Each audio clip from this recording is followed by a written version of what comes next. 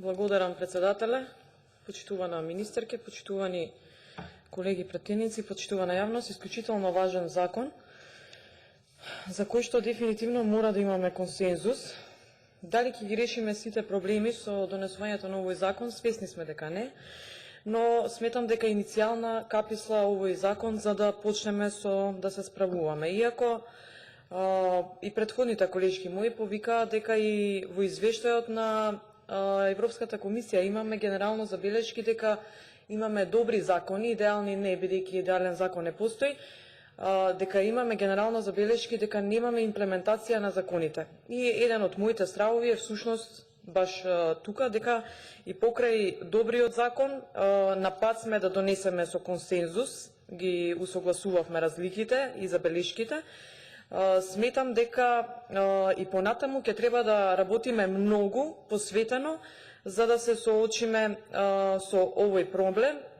Според мене, тргнувајќи од насловот на законот,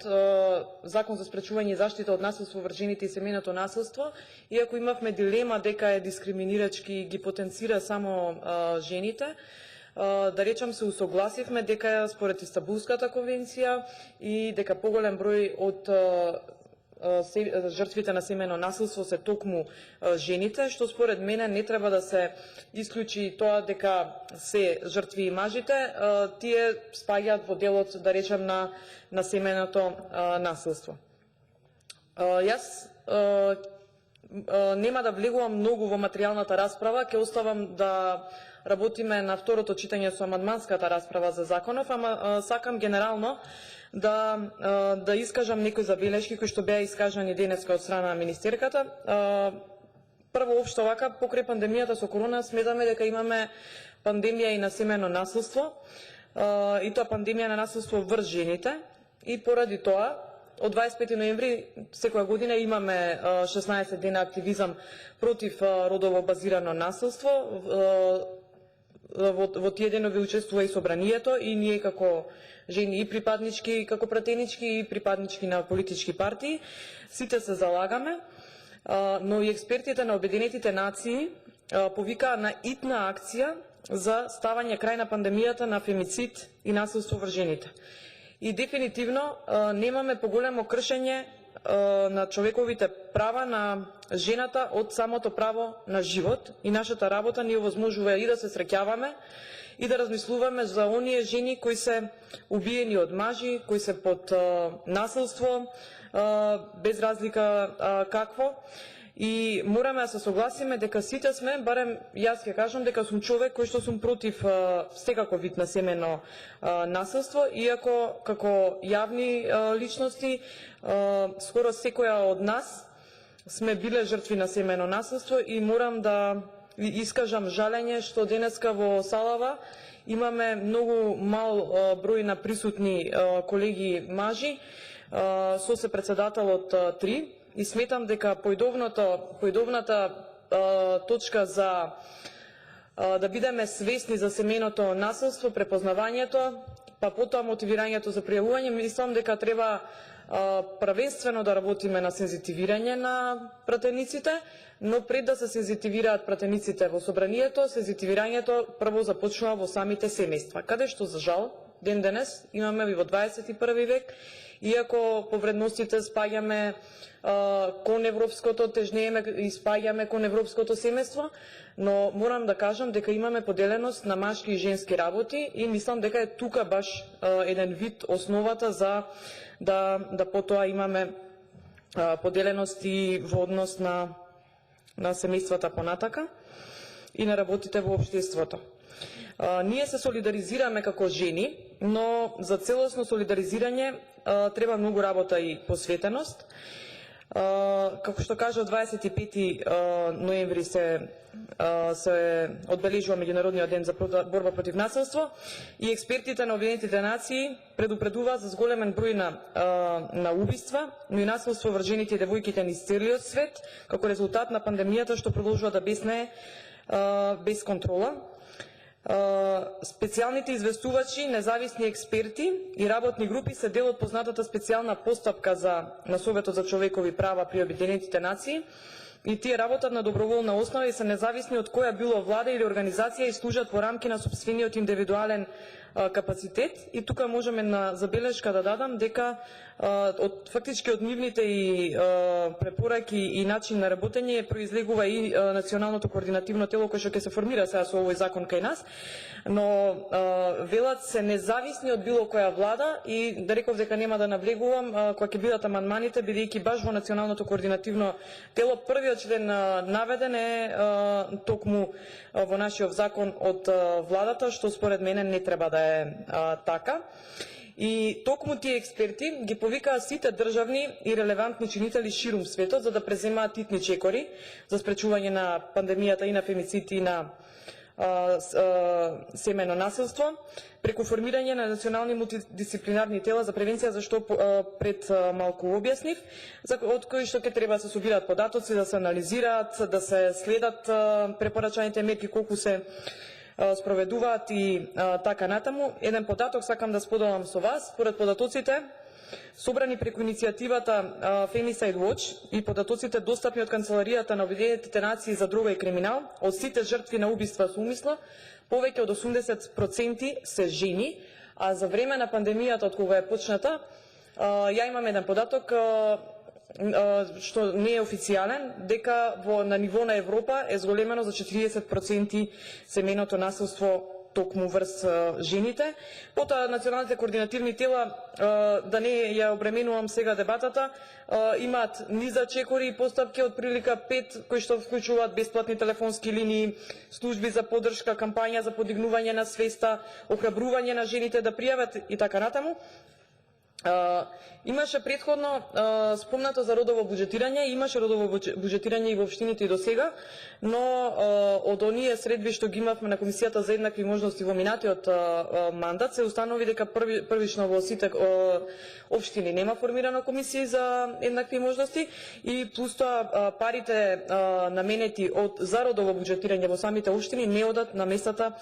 каде што треба и ова е една плюс област на која што ќе треба да работиме посветено. Друго, при образложувањето на министерката за законот, од една страна спомнавте постапување по должно внимание, но од друга страна и почит према министерката затоа што многу добро знае како се процедурите и постапките во ова собрание, бидејќи беше претходно наша колешка пратеничка и плюс докторка што може да допринесе со своето знаење на темава, ама според мене сте се влегувате во една контрадикторност, се ќе кажам пластична ситуација, затоа што од една страна велите постапување по должно внимание, а од друга страна стравот и немањето волја за справување на докторите со судовите. Првично, еве, јас ке тргнам, знаете и самите колку има тепачки меѓу малолетници на улиците. Имаме многу повеќе посматрачи и навивачи, одошто постапувачи. Значи,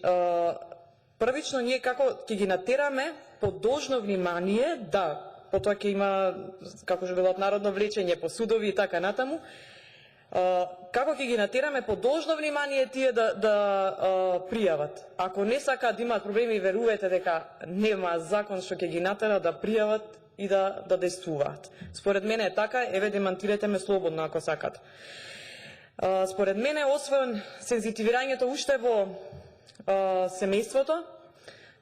веќе кога ќе стигнеме да имаме свои семејства, да сме чинители во општеството,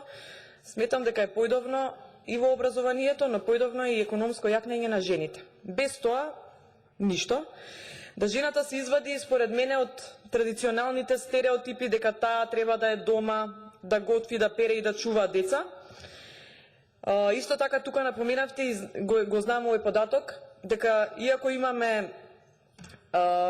еднаков од прилика број на жени и мажи во општеството, застапеноста на жените на пазарот на трудот е многу пониска. Тука ми се наметнува едно прашање, бидејќи сте 4-та година на власт, што направи конкретно вашата влада за економско јакнење на жените? Во однос на шелтер центрите имаше овдека искажувања со различни бројки, нема да навлегувам колку се функционални, колку не се функционални. Она што ме загрижува, што имаат мали капацитети, уште повеќе што ме загрижува од разговорите со невладиниот сектор, е дека во тие шелтер центри немаме човечки ресурси, односно немаме персонал. И затоа сметам дека на тој начин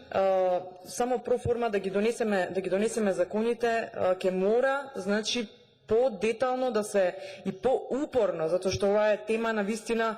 многу обсежна, но мислам дека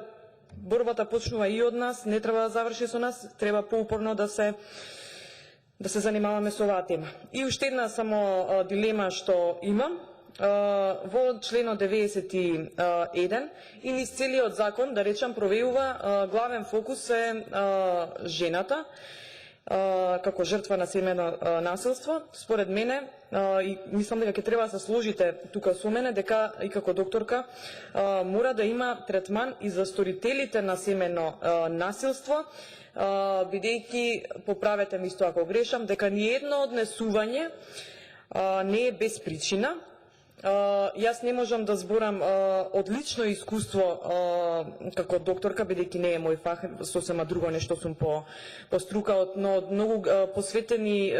часови на читање и гледање документарни емисии, дека токму оние луѓе што вршат семено насилство или биле жртви на семено насилство во детството, значи имаме последици влечени од детството, плюс X причини, како докторка може да ми наведете што би довеле за да бидат сторители на семено насилство. Конкретно мислев дека во членот 91 ќе разговараме пак на амандманската расправа, дека може да се прошири и да се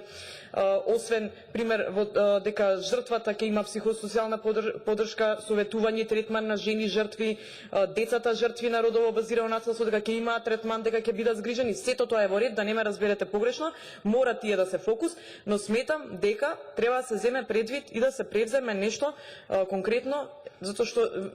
да не звучам пребрутално, ние не можеме да спремиме гилотиња за тоа што извршил семено насилство. Можеби треба да го прошириме за да имаме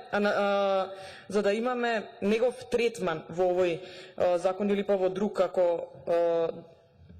сметате, поправете ме. Ја толку не би сакала да ја оптеретувам дебатава, сепак сметам дека добри забелешки искажав. Ви благодарам.